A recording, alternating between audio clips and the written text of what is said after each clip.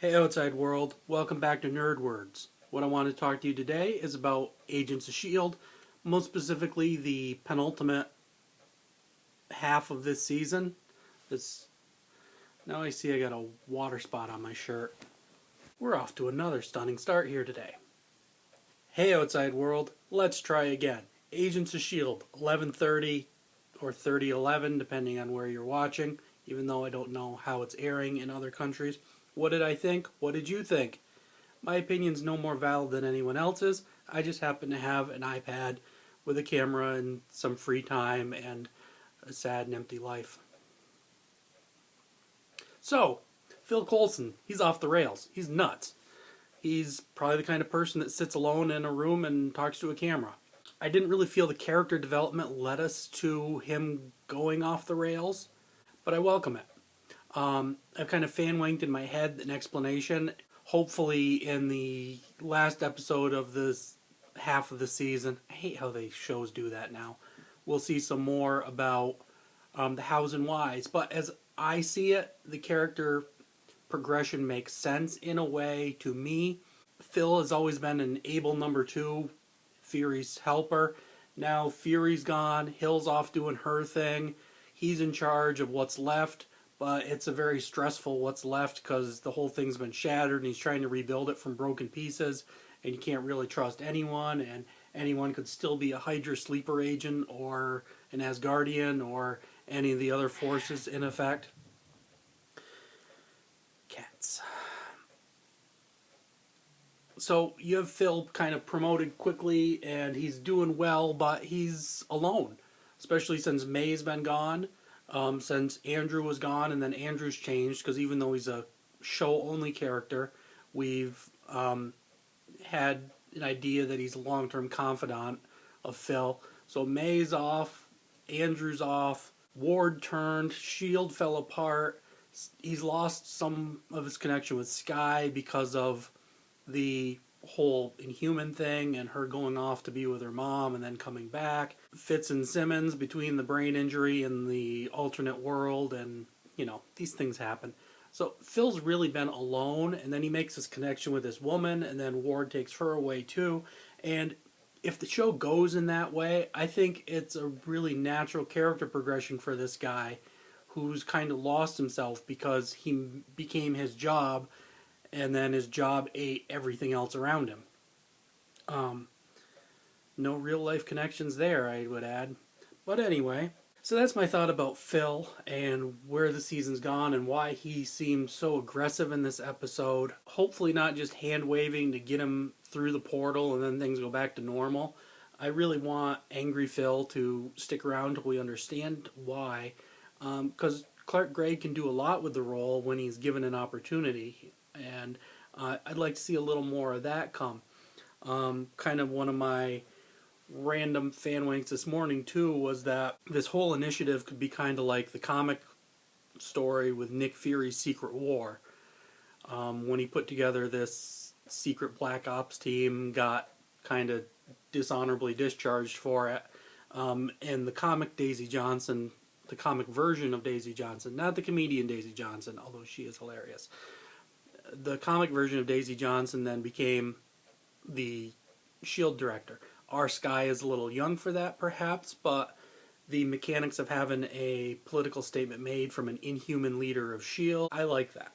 Random other things, Mac in charge, I like that because he's underutilized as a character and an actor. Henry Simmons does well with it. At the same time, one of the things I really liked about it was that he was in over his head and he didn't know what to do other than call Phil. He wasn't prepared or ready to make those hard decisions he needed to. It hammered home to me, probably in the framework of my personal fan wank there, that Phil has to make hard decisions, and it's not an easy job that he's been thrown into, and it's understandable how a man could break in that position because it was so hard for Mac. Skye, I kind of like that she was impetuous and she wanted to rush right in there, and she kind of bullied Mac into her way of things. I hope she's not always right. That's where I've had complaints about this character and kind of her Mary Sue nature, and that she's good at everything instantly. I don't want her to be born to be the leader of S.H.I.E.L.D. and know everything all the time. I'd like it if something screwed up, which probably would be Gutierrez not lasting long because we haven't seen him in a couple episodes, then he's back. Which, just to mention, I think I said it in a previous vlog, one little side note about that character, I love that he's a construction worker with a very physical power, melting metal, who is a gay man. It's that diversity angle to it that, because there's no reason he can't be, such people, other than the metal melting thing probably, do exist.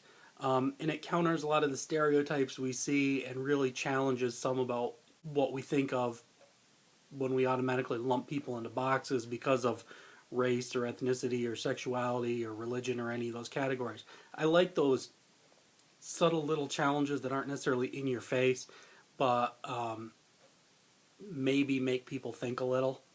Hopefully they don't need to be hit with a 2x4, but I'm also not opposed to certain people being hit by 2x4s. So Lincoln, also part of this team. Thing about him that got me in this episode is Bloody Phil comes walking by and he's a doctor and he just gawks. Duh, there's Phil. Be useful, kid. The Ward brothers, last thought. Then I'll wrap this up. I'll edit all my hums and my coughs and my snot noises out and turn it back over to you. I don't trust the younger Ward brother. The whole conversation Sky and Phil had about messed up childhoods, making the connection and such. I don't know what the brother's deal will be. I don't see him working with Grant, but at the same time I would expect him to be a little, well, I keep saying messed up, but be a little messed up from all this and have some angle on maybe AIM, maybe one of the other secret societies, something to deal with the powers. I hope we see him. I forgot to look and see who the actor was on IMDb to see if he's someone I should know from something. He looked very familiar, but hopefully he's someone that comes back around. But then I said that about Tim, forgot his last name, the guy from White Collar, played the older brother, got offed quickly. I want to say DeKay, but that's a brand of alcohol. Hey, let's make it a contest. Give me his last name in the comments, and I'll pick a random gift for one of the people that solves my ignorance problem, or at least one of them. Grant Ward, the big bad of this season, other than Powers Booth. Is it Powers? Suddenly I don't trust myself with names at all. Grant Ward, I think Dalton's having fun being a bad guy, and I can appreciate that because Grant had a definite Mary Sue quality to him as a good guy as well, or a Gary Stu or whatever we're saying these days, where he could do no wrong. I like to see the evil version of that. He pulls off an amazing sniper shot, is leading this team through the portal. He's very good at his job, but he's also an unrepentant sociopath who feels the world has wronged him when he spent most of his life lighting the world on fire. I feel it's a really genuine version of a villain. Kind of reminds me of David Tennant and Jessica Jones as well, that he's doing terrible things, and it's not that he's a misunderstood, if only kind of character. No, he's a jerk. He's a terrible, terrible person. But there's layers to him, and it's not just evil for the sake of evil, which Marvel is, in their movies, has dipped into way too many times. So, that was the next to last episode from this part of the season as we get ready for Agent Carter to come back. I'm looking forward to that. I hope they can keep it going. I hope it ends strong and then comes back strong. And thumbs up, guys. I'm looking forward to being nerdy some more and talking about Agents of S.H.I.E.L.D. hopefully for a while to come. Thanks, everyone.